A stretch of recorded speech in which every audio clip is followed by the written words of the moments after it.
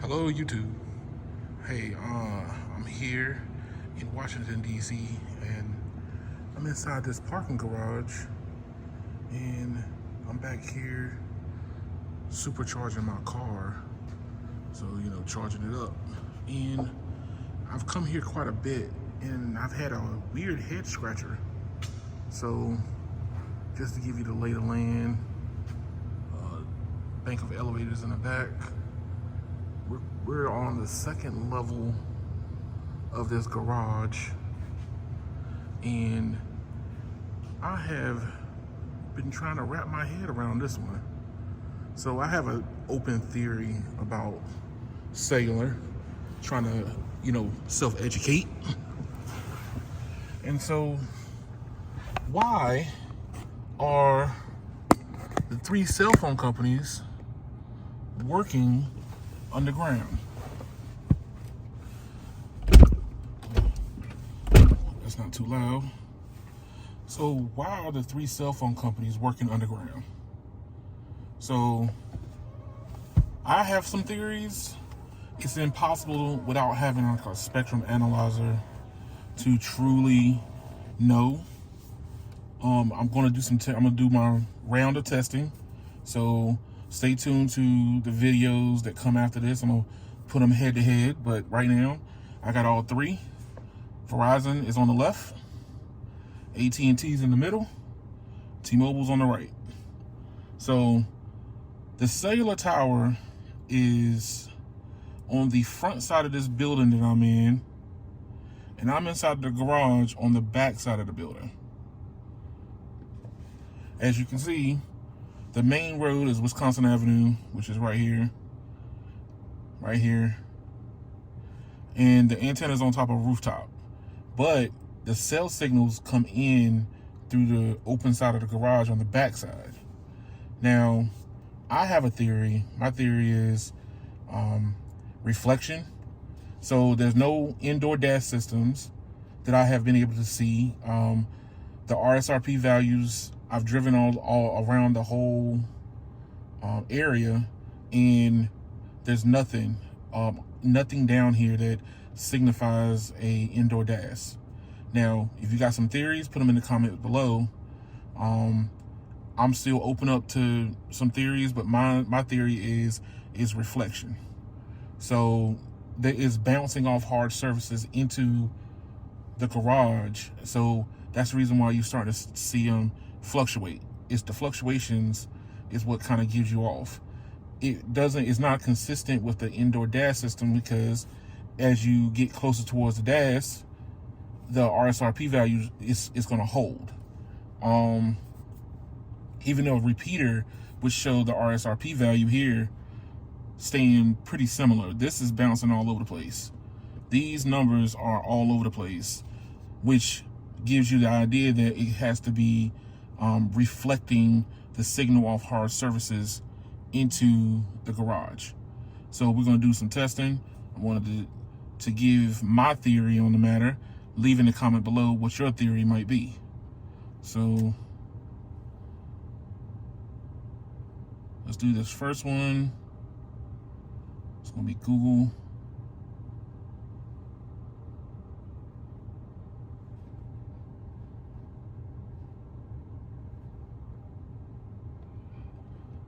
First one's going to be Google.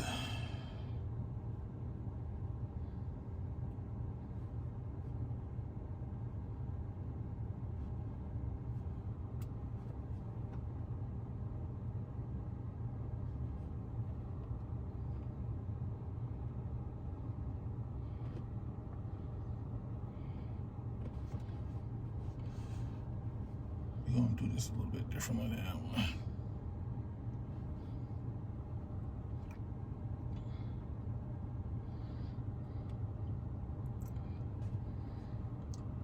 So speed testing Google.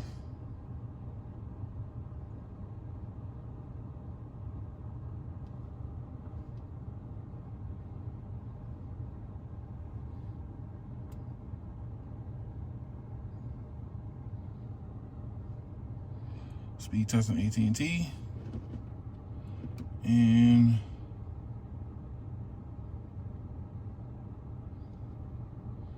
Speed testing T-Mobile.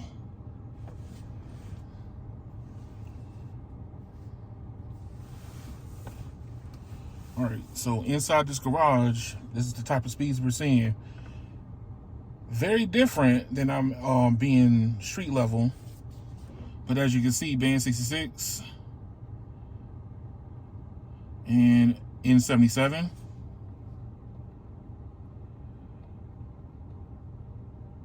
And AT&T is not doing any aggregating for NR. And T-Mobile is riding N41.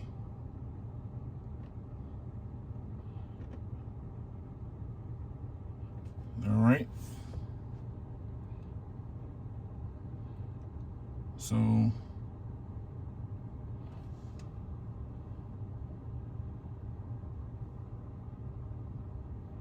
speed test.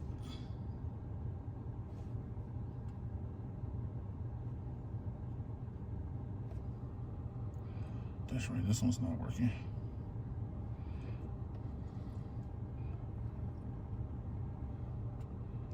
Speed test.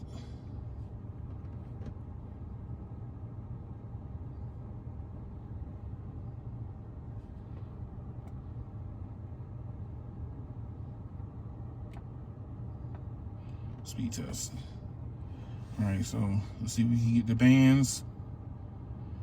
Band 2, 15 megahertz, at an RSRP value of 105.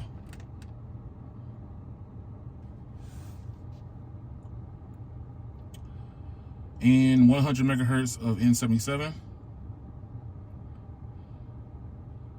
And this is Verizon. 618 down, 41 up.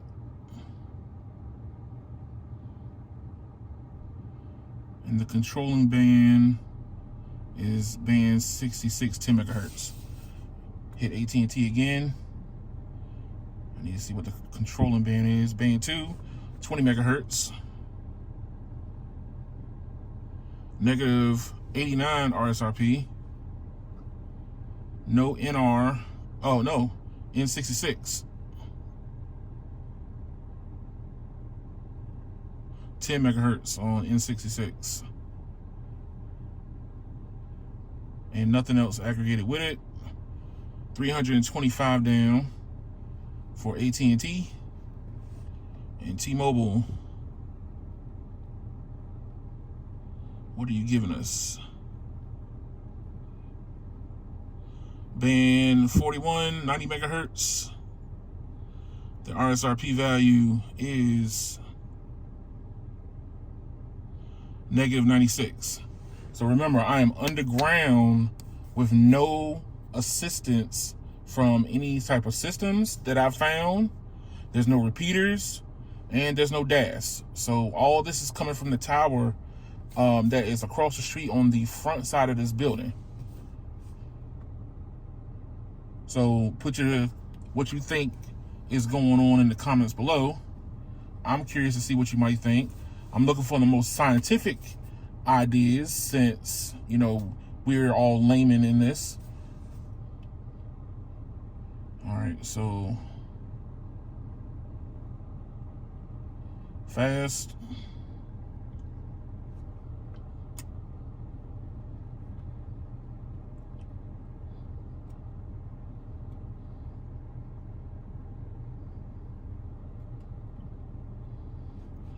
Fast.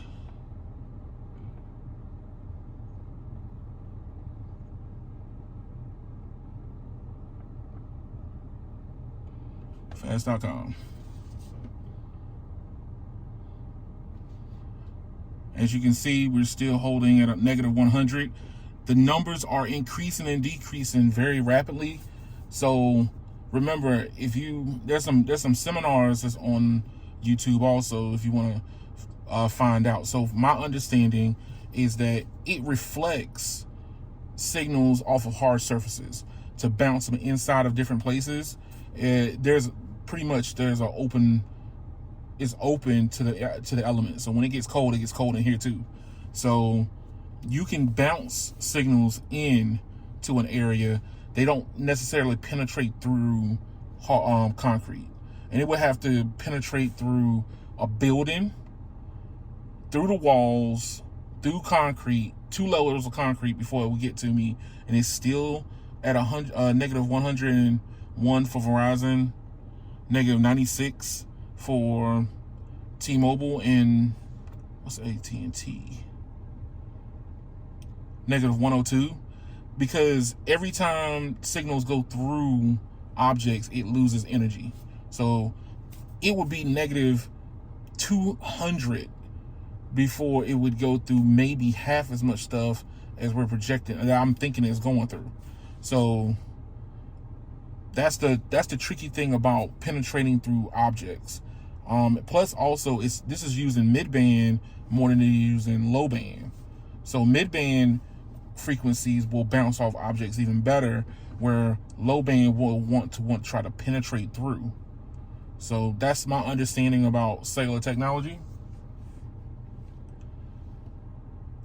So let's get Imperv on deck.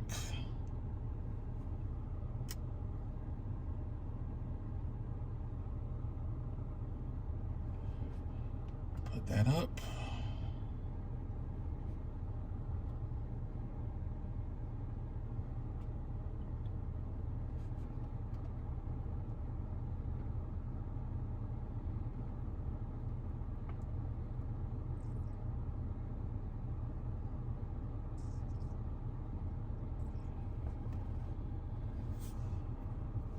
All right, so we're gonna do a little bit of a test all at the same time if I can get it to pull off.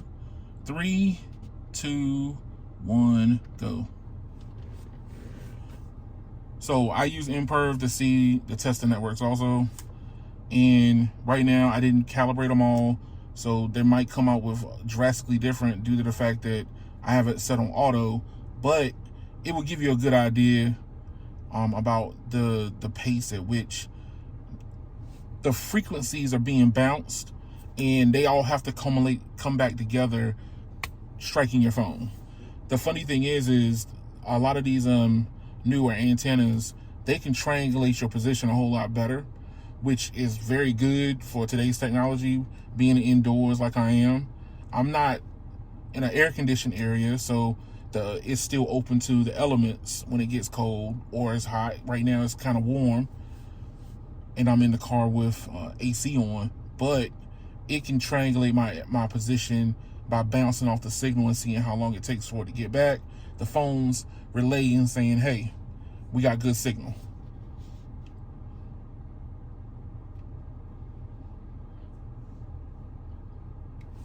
So let's see if they're aggregating anything. We got N77, 100 megahertz. Band 2, band 13 for Verizon also, 10 megahertz, and negative 91. AT&T, N66,